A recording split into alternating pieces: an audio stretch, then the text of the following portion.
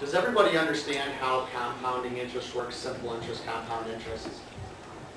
Does everybody understand that whenever you have a payment, there's so much that goes to interest and there's so much that goes to actually paying off your debt?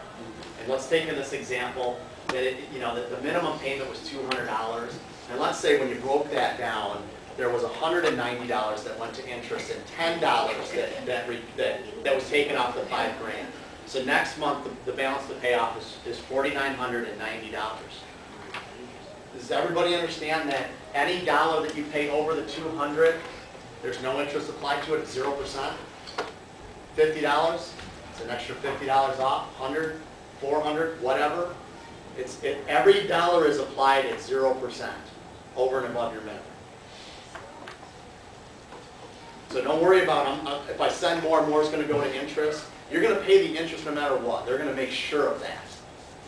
But any dollar that you spend over and above is going to go to reduce your debt and not in their pocket.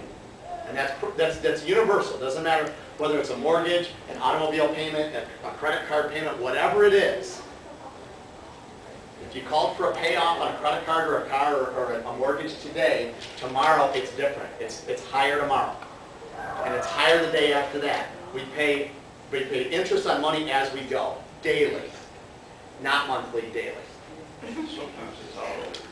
Yes, depending on what time your payment arrives. Yes, you're right.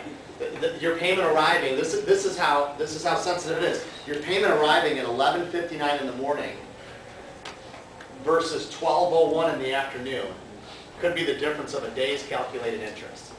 And if that day's calculated interest is $100, if it's a large mortgage or something like that, 2 minutes cost you $100. Accountability. It's a lot to start. That's a lot. A lot of it. As iron sharpens iron, so one man sharpens the countenance of his friend, which has got to be a King James version. As one man sharpens, as iron sharpens iron, so one man sharpens another. Find an accountability partner. Spouse, a friend, somebody that you can talk to, somebody that can, even if it's just somebody that you can bounce things off of, somebody that's going to not just make you feel good, but say, hey, listen, you stumbled, you went over. We need to find a way to correct that. Or hey, that incidental came up, but we need to make amends for that. We can't just keep letting that go. So maybe this incidental that came up, you're going to have to budget it back into your little weekly spending so that you have a little bit less for the next 4 or 5 or 6 weeks. Get somebody to help. Personal finance ministry. You got a problem with avoiding personal accountability. Yeah, and whose fault is that? Did you get that? Yes, I did. Good night.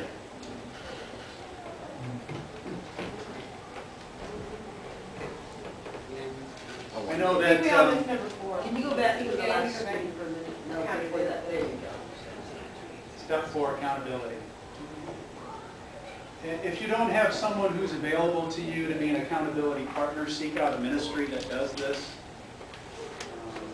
Find some help of some type. It's very hard to do things like this on your own without someone to hold you accountable. The pressures of the world are pretty great. Lori and I have each other. I know that any dollar I spend, I'm accountable to her. And there's never been a more important time in our lives for us to be accountable to each other when it comes to money.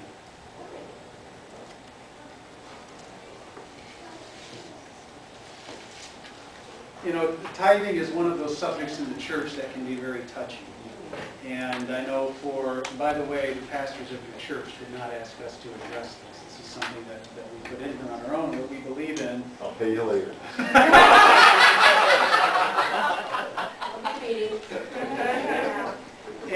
But you know what? Tithing is not something that your pastors want you to do. It's something that God commands us to do. And it's just like His commandments that He's given us to love one another, have no other gods before Him, don't covet, don't steal, don't lie, don't kill. Tithing is biblical. And you know, I always used to look at, quite frankly, I looked at it as a tax. And I thought it was a 10% tax that I had to pay. But what really changed my heart on it is a pastor said, no, it's a promise. It really is a promise.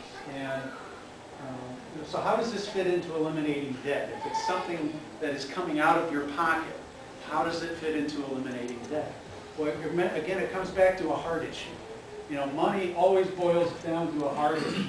And what does the Bible tell us? The earth is the Lord's and everything in it, the world and all who live in it. Guys, it's all God's anyway. It's not ours. It doesn't belong to us, it never has. It's all His. And He has entrusted it to us.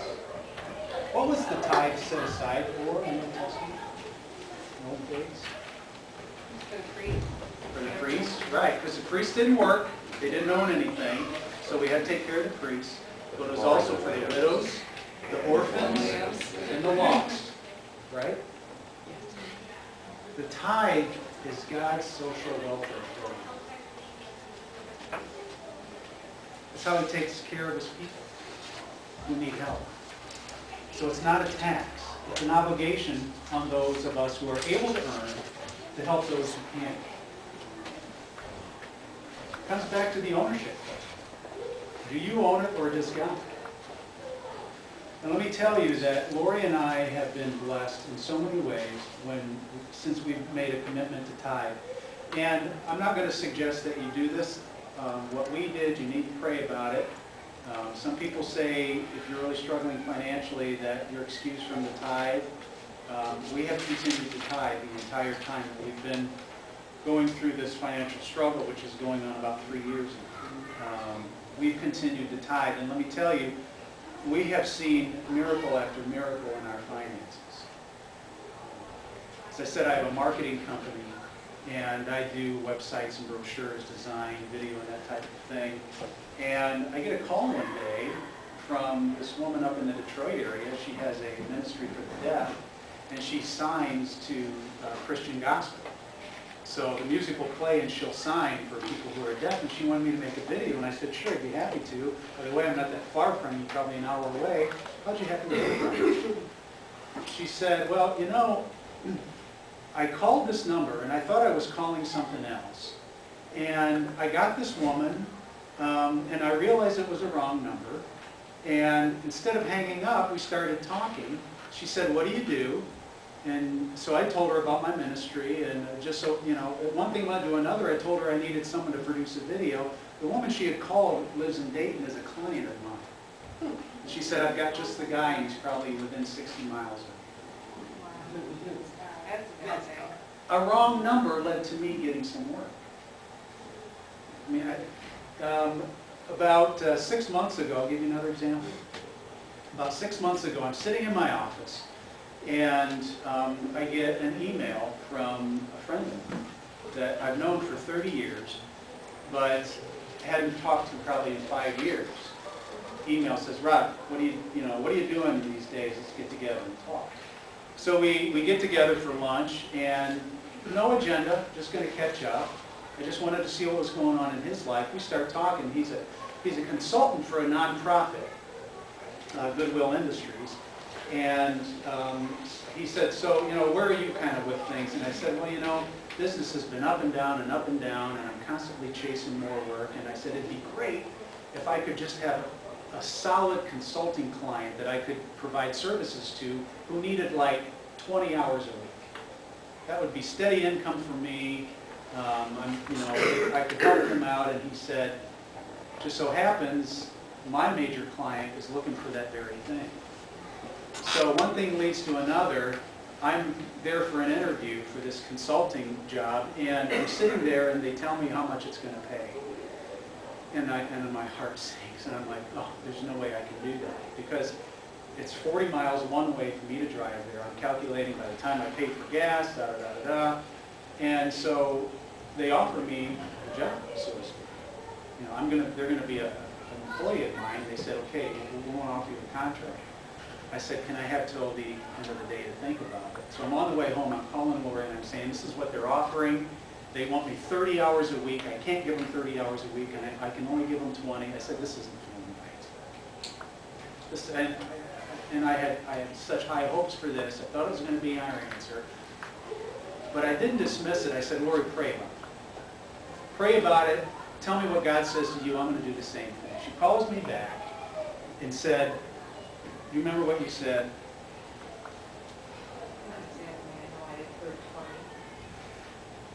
And, well, essentially what God said to her is, when I open a door, your job is to be obedient and walk through it. And I was ready to say, you know what, this isn't going to work out. And that we were going to be back to, again, struggling. Or how are we going to pay the mortgage this month? How's it going to happen? And so I get home, and I'm ready to call him back and say, I can't do it. But Lori had that word from God on, when I open the door, you just be obedient. So I thought, rather than call them back and tell them no, I'm just going to call them back and let them talk. So I called them back, and the first thing out of their mouth is, thought about what you said, Rod, and yeah, we can do 20 hours. We can live with 20 hours instead of 30. And by the way, we're going to double the hourly rate. Wow. See, that's how God operates. It wasn't because Rod is to be glorified. It's because God is to be glorified. We were obedient. That's all we did. We were obedient. There was an opportunity. God said, be obedient, trust me. And we did. And I believe that those opportunities are there because we're committed to this. Now let me tell you, things don't always work out perfectly. I mean, I had, but God does say, test me in this. This is what he says about the tithe. See if I will not pour out so much blessing that you won't have room enough for it. What happens though is sometimes that leads us to a faulty understanding of the tithe. I started to view the tithe as a contract. And I said, okay, God, here's my 10%. This is what your word says, pay my bills. I suggest you not say that.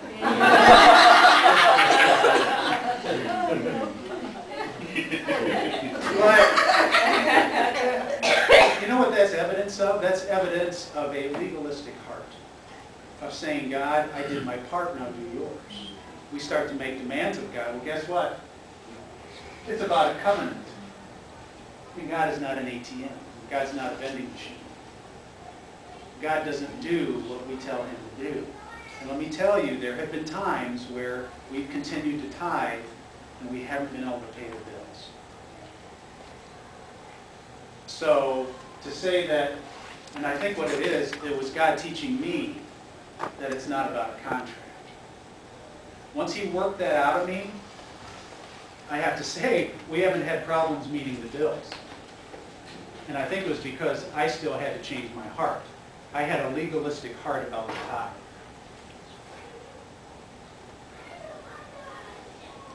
Okay, what did we learn? What did we learn here? We gave you a system for getting out of debt. It starts with reducing your spending. Then you have to make a budget. You have to set goals. You have to be accountable to someone. And we believe you have to tithe. Questions, comments? I learned that anything you do is better than doing nothing. We have to be accountable to do something and not be a victim in all this. Very good. Excellent.